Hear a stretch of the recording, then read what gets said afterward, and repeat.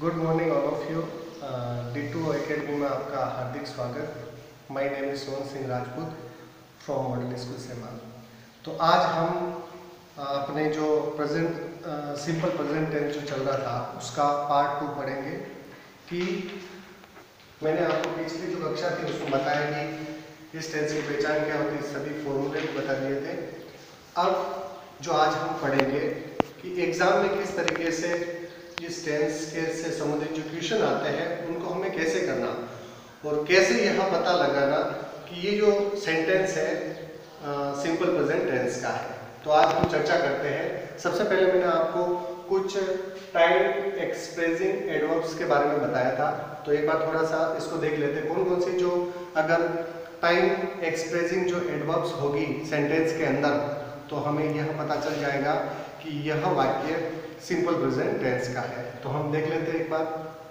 Always, often, sometimes, generally, usually, इसके साथ occasionally, daily, rarely, seldom, never, hardly, scarcely, habitually और every के साथ।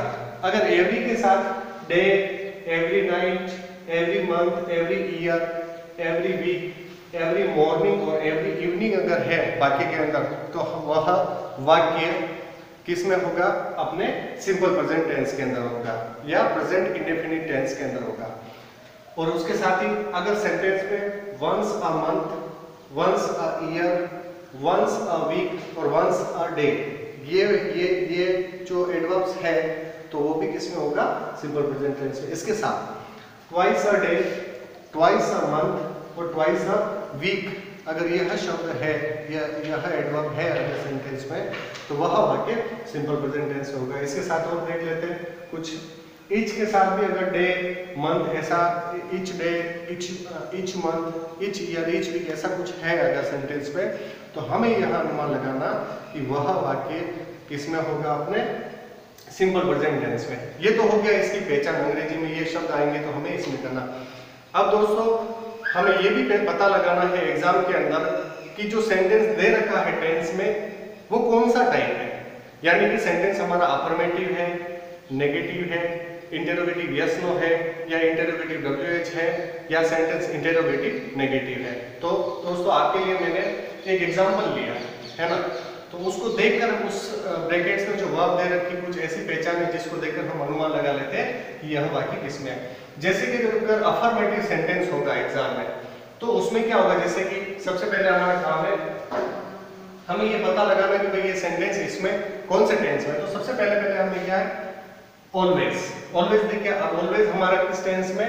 इस सिंपल प्रेजेंट टेंस के अंदर है ना। तो अब शुरू करते हैं हम। ऑलवेज देख लिया और वर्ब हमारी है ब्रैकेट के अंदर और पीछे फुल स्टॉप है। इसका मतलब ये कौन सा सेंटेंस है? अफर्मेटिव। क्या देखना है आपको सबसे पहले मित्रों? एक तो वो जो एडवर्ब्स है उस सेंटेंस के अंदर वो देखनी है, इसके साथ पीछे फुल स्टॉप होना चाहिए। अब वर्ब के आगे पीछे कुछ नहीं लगा हुआ। तो और फिर उसके बाद क्या करना? हमें सब्जेक्ट देखना। अब सब्जेक्ट का जो फॉर्मूला जो मैंने आपको बताए थे, पांचों जो फॉर्मूला बताए थे उसको आपको याद करना। तो पहला हमारा जो अफर्मेटिव का फॉर्मूला था सब्जेक्ट प्लस बी फर्स्ट या एस प्लस ऑब्जेक्ट। अब हमारा सब्जेक्ट क्या है? सिंगुलर है, मोनो किसी का नाम है। तो अगर सब्जेक्ट सिंगुलर हो तो उसके साथ उस वर्ब के साथ एस या ईएस लगता। तो हमारी जो वर्ब है कम, तो इसके साथ क्या लगेगा? तो क्या हो जाएगा अपना? Mono always comes here at night. अगर यह वाक्य अगर नेगेटिव में है यह पता लगाना। तो ऐसा अगर वाक्य एग्जाम के अंदर जो सेंटेंस दिया हुआ है तो हमें सबसे पहले ये ऑलवेज दिख गया, इसका मतलब ये टेंस है हमारा। अब इसके आगे नॉट कम लिख रखा, यानी कि वर्ब के आगे नेगेटिव सेंटेंस होगा एग्जाम में तो उसके आगे नॉट पहले से दे रखा होगा, है ना। तो अब मोनो ऑलवेज, अब हमारा सब्जेक्ट क्या है? सिंगुलर है। तो हमारे मैंने जो आपको सिंगुलर के अंदर जो फॉर्मूला बताया था subject plus do does not plus V first plus object. तो सब्जेक्ट हमारा सिंगुलर है, इस हिसाब से यहाँ पर डज नॉट लगेगा। तो क्या हो जाएगा? Mono always does not come here at night. अब तीसरा जो सेंटेंस आ रहा अपना इंटरोगेटिव यस नो, इसकी पहचान कैसे करेंगे? सबसे पहले आपको सेंटेंस देखना है। सेंटेंस में ये कंफर्म करना है कि इसके आगे कोई डब्ल्यू शब्द तो नहीं है, तो इसका मतलब ये, और पीछे हमारा क्वेश्चन मार्क लगा हुआ है ना। अगर डब्ल्यू आगे नहीं है डब्ल्यू शब्द, इसका मतलब वो इंटरोगेटिव यस नो होगा, है ना। क्वेश्चन मार्क पीछे लगा हुआ। अब यहाँ पे मोनो हमारा कौन सा सिंगुलर है, वही फॉर्मूला वापस इंटरोगेटिव यस नो का, do does plus subject plus V first plus object. तो अब हमारे मोनो सिंगुलर है, तो इसके आगे क्या आ जाएगा, डज मोनो, डज मोनो। अब वर्ब क्या है, वर्ब की फर्स्ट फॉर्म लगानी है आपको, कम हियर एट नाइट, क्या मोनो यहाँ प्रत्येक रात को आता है। अब देखो उसी तरीके से अब हमारा जो अगला जो सेंटेंस है, इसी सेंटेंस को मैंने इसमें कन्वर्ट किया WH। अगर हमें ये एग्जाम में ये पता लगाना है कि यह सेंटेंस किस टाइप का, WH इंटरोगेटिव यस नो है या इंटरोगेटिव WH। अगर WH सेंटेंस होगा तो उसके आगे ऑलरेडी पहले से WH शब्द होगा, कोई ना कोई WH शब्द अवश्य दे रखा होगा। तो अब हमारा फॉर्मूला चलते वही WH वाला कि WH word plus do does plus subject plus V first plus object. तो अब हमारे यहाँ पर वाई तो ये WH वो का वही रह जाएगा, बस इसके यहाँ पर हमें डज लगाना है क्योंकि हमारा सब्जेक्ट सिंगुलर है। Why does Monu come here at night. ये तो अपना ये हो गया इंटरोगेटिव WH। अब अगली टाइप आती है इंटरोगेटिव नेगेटिव सेंटेंस की, है ना। तो अब इसके अंदर हमें ये कैसे पता लगाना कि भाई ये सेंटेंस इंटरोगेटिव नेगेटिव है। सबसे पहले हमें मित्रों क्या करना है कि हमने देख लिया भाई फुल स्टॉप नहीं, अब क्वेश्चन मार्क लगा हुआ है, ठीक है। अब ध्यान रखना कि जो वर्ब दे रखी होगी ब्रैकेट में उसके आगे नोट अवश्य लगा हुआ होगा।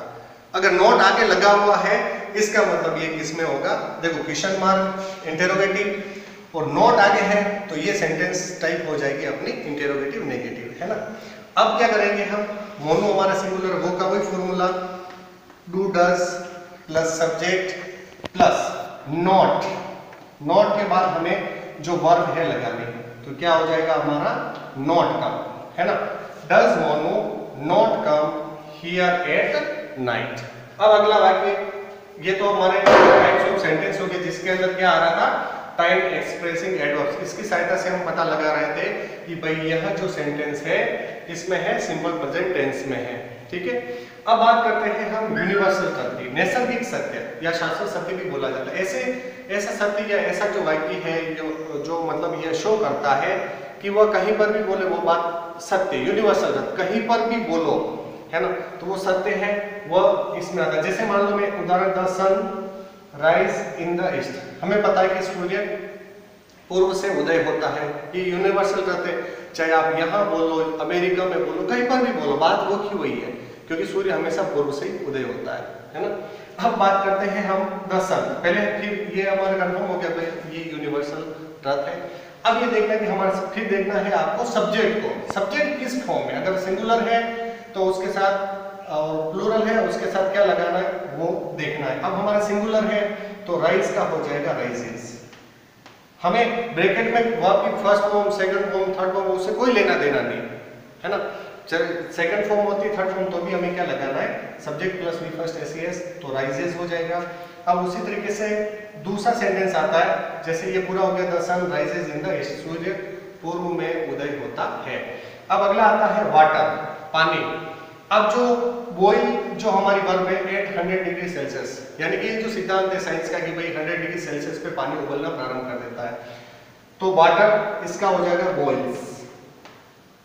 क्योंकि दोस्तों जो बोर्ड के जो एग्जाम हुए थे उसमें से ये सेंटेंस बहुत बार आया होगा, यूनिवर्सल ट्रुथ का एक ना एक सेंटेंस आता ही है। अब है अगला अपने स्टार्स, इसमें भी हमें सब्जेक्ट देखना, अगर वर्ब की फर्स्ट फॉर्म हो तो सेकंड जो टाइप है, जैसे कि यूनिवर्सल ट्रुथ, नैसर्गिक सत्य, यानी कि कहीं पर भी वो जो कहोगे बात वो एकदम सत्य है। उसके बारे में चलो हम चर्चा करते हैं। पहला सेंटेंस है हमारा, the sun rise in the east, सूर्य पूर्व में उदय होता है, ये यूनिवर्सल ट्रुथ है। तो यहाँ पर क्या आ जाएगा, हमने यूनिवर्सल ट्रुथ हो गया, कहीं पर भी ये बात बोलो, चाहे यहाँ बोलो चाहे अमेरिका में बोलो, बात सही है कि सूर्य हमेशा पूर्व से उदय होता है। तो यहाँ पर the sun rises, rises s क्यों लगा, क्योंकि हमारा सब्जेक्ट सिंगुलर। अब सेकंड आता है वाटर, है ना, क्योंकि पानी जो होता है 100 डिग्री सेल्सियस पर उबलता है। तो अब वाटर, अब ये हो जाएगा अपना बॉइल्स एट 100 डिग्री सेल्सियस। और बहुत बार ये एग्जाम में सेंटेंस आते हैं यूनिवर्सल ट्रुथ के। अब अगला आता है अपना स्टार्स, है ना, तो एट नाइट, हमारे जो तारे हैं जो रात को ही टिमटिमाते हैं, है ना। तो उसके लिए क्या है, जैसे स्टार्स हमारा प्लूरल है तो यहाँ पे वर्ब ट्विंकल दे रखी है, तो हमें ट्विंकल वर्ब की फर्स्ट फॉर्म करनी TWINKLE, stars twinkle at night. अब चौथा हमारा जो सेंटेंस है कि जो कोई सिद्धांत होता है जिसको आप गलत नहीं कर सकते हो, तो वो भी इसी टेंस में आता है। जैसे कि 2 and 2, यहाँ पे मैक्स आएगा, मैग नहीं आएगा। आपको इसको बहुवचन नहीं मानना, क्योंकि ये सिद्धांत है, इसमें सब्जेक्ट वाली कोई बात नहीं है ना। सिद्धांत है, 2 और 2 4 होते हैं, है ना। अब अगला जो आता है हमारे तीसरे नंबर पे पोजीशन। अगर किसी का कोई अधिकार बताते हैं, पोजीशन बताते हैं, है ना, तो वो भी इसी टेंस में आता है। जैसे मान लो मिस्टर अतुल और ए बिग बिल्डिंग, है ना। मिस्टर अतुल के एक स्वयं की बड़ी बिल्डिंग्स है ना, बिल्डिंग है, यानी कि वो उसका मालिक है। तो यहाँ पे ओवन का जो आया है, जिसका स्वयं का है, उससे खुद का है, जो उसका उस पर उसका अधिकार है, तो यहाँ पर क्या आ गया उसका OWN इस वर्ब के साथ a, Mr Atul owns a big building. अब सेकंड सेंटेंस आता है, जैसे कि कोई कार है, this car belong to mister Narayan, है ना, कि मिस्टर नारायण के कोई कार है, वह उसके बारे में बात कर रहे हो, तो दिस कार इसका हो जाएगा belongs, belongs to mister Narayan, है ना।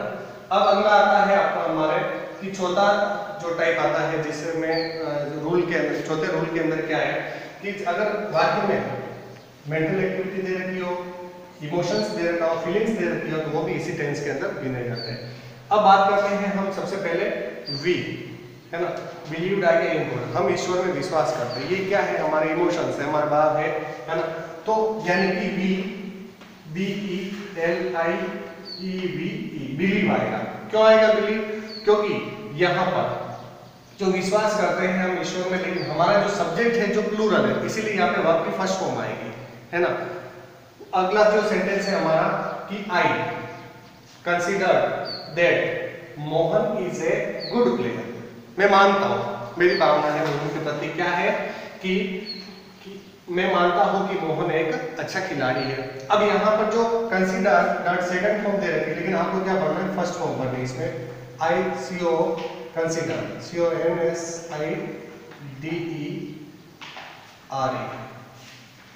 है ना। तो यहाँ पर कंसीडर, ठीक है, CONSIDER consider, I consider that Mohan is a good player. ये तो हो गया अपना जो चौथा जो रूल था।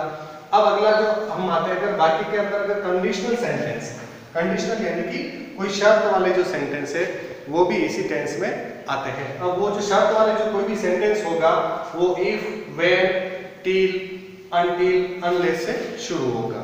अब यानी कि उसमें कंडीशन रख रखी होती है, अगर आप ये नहीं करोगे तो ये नहीं होगा। अब जैसे हम बात करते हैं when he can here he will help me, जब वह आएगा और मेरी मदद करेगा। जब वह आएगा, इसका मतलब कंडीशन हो गया, आएगा तो मदद करेगा। तो ये वाला जो पहले भले आएगा है, लेकिन हमें किसमें करना है इसको, इस टेंस में। He comes, when he comes here he will help me, है ना, जब वो आएगा मेरी मदद करेगा। अब है सेकंड वाला इफ वाला सेंटेंस। इफ वाले भी एग्जाम में बहुत बार आ चुके हैं, इसका हमें विशेष ध्यान रखना है। इफ यू शर्त रख रखी है, इफ यू रन पता रखा है इसमें, fast you will win the race. ध्यान रखना कि इसका जो सेकंड वाला जो सेंटेंस होगा वो अवश्य फ्यूचर सिंपल के अंदर दिया हुआ होगा, है ना। तो अब इफ यू, अब शर्त क्या अपनी, रन फास्ट, अगर तुम तेज दौड़ोगे तो ही आप इस रेस को जीत सकोगे, है ना। तो ये अपना सारा जो ये हो गया आज का चैप्टर की। एग्जाम के अंदर जब सेंटेंस इस तरीके के जो सेंटेंस आते हैं इस टेंस से रिलेटेड, तो हमें ये पहचान करना है कि वो affirmative, negative, interrogative yes no है या WH है या इंटरोगेटिव नेगेटिव है, और सब्जेक्ट के अकॉर्डिंग उसमें कौन सी हेल्पिंग वर्ब या वर्ब बननी है, वो आज मैंने आपको बताया। साथ ही ये बताया कि किस प्रकार के जो सेंटेंस है उसको एग्जाम में किस तरीके से करना है। तो इसके साथ ही मित्रों कुछ ऐसे जो अपनी लाइव कमेंट्री होती है क्रिकेट मैच के अंदर जो हम देखते वगैरह, वो भी इसी टेंस के अंदर आती है। इसके साथ कोई कोई बड़ा जो लेखक है, कोई कवि है, उसका जो कथन है वो भी इसी टेंस के अंदर आता है। जैसे कि विलियम शेक्सपियर का जो कथन है कि शेक्सपियर कहता है all that glitters is not gold, यानी कि हर चमकने वाली चीज़ सोना नहीं होती है, वो भी इसी टेंस के अंदर आता है। इसके साथ कोई आंखों देखी कोई घटना होती है वो भी इसी के अंदर आती है ना। तो इस प्रकार से हमारा जो ये आज का जो simple present tense part 2 complete हुआ। आशा करता हूँ कि आपको ये टेंस अच्छी तरीके से समझ में आ गया होगा। और आप सभी साथियों से निवेदन करता हूँ कि अगर आपको हमारा जो ये वीडियो वगैरह अच्छे लगते हो आपको, तो प्लीज़ हमारे चैनल को सब्सक्राइब कीजिए, लाइक कीजिए। धन्यवाद।